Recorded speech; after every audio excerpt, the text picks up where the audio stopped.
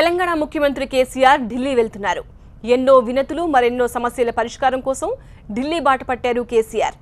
సమస్యల చిట్టాతో ప్రధాని మోదీ ఇతర కేంద్ర మంత్రులతో భేటీ కానున్నారు. రాష్ట్రం ఏర్పడి 3 ఏళ్లైనా ఇంకా అనేక విభజన అంశాలు పరిష్కారం కావాల్సి ఉన్నాయన్న విషయాన్ని ప్రధాని దృష్టికి తీసుకువెళ్లనున్నారు ముఖ్యమంత్రి. హైకోర్టును వీలైనంత త్వరగా విభజించాలని ప్రధానిని కోరబోతున్నారు కేసీఆర్. విభజన చట్టంలోని 9, 10వ షెడ్యూల్స్లోని సంస్థల విభజన ఇంకా పూర్తి కాలేదు. పలు సమావేశాలు జరిగినా వాటి వ్యవహారం తేలలేదు. ఉమ్మడి రాష్ట్రాల గవర్నర్గా ఉన్న నరసింహన్ పదవీకాలం ముగిసినా ఆయన్ను ఇంకా కొనసాగిస్తున్నారు. అందువల్ల నరసింహన్ ఉండగానే విభజన సమస్యలన్నీ పరిష్కరించాలని ప్రధాని మోదీకి సూచించనున్నారు కేసీఆర్. కాళేశ్వరం ప్రాజెక్టుకు జాతీయ హోదా ఇవ్వాలని ప్రధానిని అభ్యర్థించనున్నారు. పోలవరం ప్రాజెక్టులో ముంపునకు గురవుతున్న భద్రాచలం మండలంలోని కొన్ని గ్రామాలను తిరిగి తెలంగాణకు ఇవ్వాలని విజ్ఞప్తి చేయబోతున్నారు.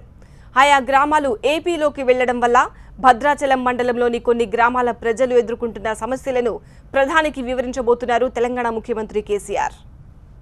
కొత్త రాష్ట్రానికి సరికొత్త సచివాలయం నిర్మించుకునేందుకు సికింద్రాబాద్లోని పెరేడ్ గ్రౌండ్స్ను రాష్ట్ర ప్రభుత్వానికి అప్పగించాలని ప్రధానిని కోరుతున్నారు. దీనిపై ఇంతకు ముందే కేంద్రం దృష్టికి తీసుకువెళ్లారు. అదేవిధంగా అసెంబ్లీ నియోజకవర్గాల పునర్వ్యవస్థీకరణను కూడా త్వరగా చేపట్టాలని ప్రధానిని కోరతారు.